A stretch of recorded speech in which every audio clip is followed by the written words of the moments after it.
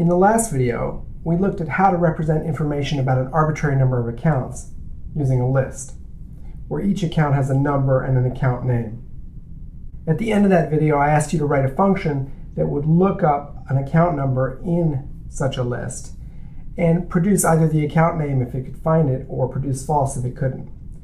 So I hope you've done that, and I hope that gave you some better understanding of what that representation of accounts would be like. Now let me ask you a question. Suppose we have a list like that of accounts, and suppose the list is long, really long. And I don't mean 365 long, maybe I mean 365,000 long, or I'll just call it N for now. The question I want to ask you is, how long does it take to find an account in that list? Well, let's see, if I get lucky and I'm looking for account number 1, then I only have to look at the first account in the list to find it. So that was pretty lucky. If I get a little less lucky and I'm looking for account number 4, then I only have to look at the first 2 accounts in the list to find it. If I get less lucky and I'm looking at, say, account number 14, I've got to look at 5 accounts. If I really get unlucky and I'm looking at account 365, I have to look at all N accounts in the list before I get to 365, because I have to check each of the ones that come before it to see that, oh no, they're not account 365. So on average, if I have sort of average luck, I'm going to have to look at N over 2 of the accounts, because sometimes I'll be lucky and I'll be looking for the first one, and sometimes I'll be unlucky and I'll be looking for the last one, and everything else in the middle will happen. And so on average, I'm going to look at N over 2 of the accounts. So that's not so good. If I have 365,000 accounts, then anytime I look up an account number, I'm going to have to look at half of 365,000. That's not really good enough. It seems like we ought to be able to do better. Well, one idea would be to sort the list by account number, so that account number 1 comes first, and 3, and 4, and 7, and so it's just in increasing order of account number. That would take some work to get it sorted, but it seems like that might be a good idea. The problem is that doesn't help. It doesn't help at all. Not at all. And here's why. The way lists work, remember that with lists we just have first and rest. So the only way we can traverse the list is in order from beginning to end. So whether the list is sorted or not, on average, we're going to have to look at half the accounts in order to find the one we want. So sorting is not going to help. Or actually what I should say is sorting alone isn't going to help. But here's another idea. Let's imagine that we start with a sorted list.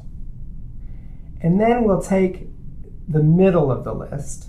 In this case, that's 10Y.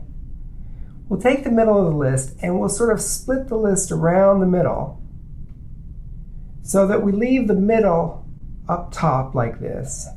On the left-hand side, we're going to put everything that came before the middle. And on the right-hand side, we're going to put everything that came after the middle. And so the important thing here is that in this left-hand list, this one down below on the left, all those have an account number less than the middle, less than 10. And the right-hand lower list, all of those have an account number bigger than 10.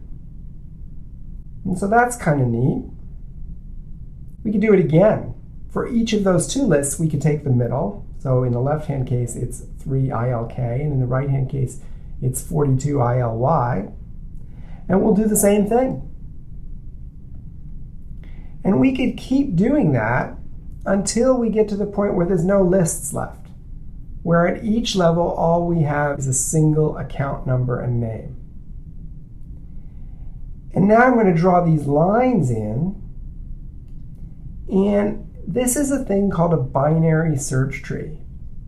And the important thing about a binary search tree is that at every single what's sometimes called a node, all the accounts in the left subtree of that node have a number less than the root, and all the accounts in the right subtree have a number greater than the root. So everything in this part over here has an account number less than 10. Similarly, everything in this part here, below and to the right of 3ILK, has an account number greater than 3. And this rule here is called an invariant, and it holds true over the entire tree. That's what it means for it to be an invariant. It's true over the entire tree. Now, if I construct a tree like this, we don't quite yet know how we're going to represent it. This is all information.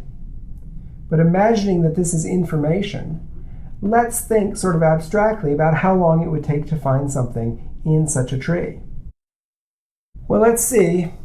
Suppose it's going to be the worst possible case. I'm going to look for 14, for example. Well, I look at 10, and 10 isn't 14, so I'm not there. But 14 is greater than 10, so I'm going to completely ignore the left-hand part of the tree.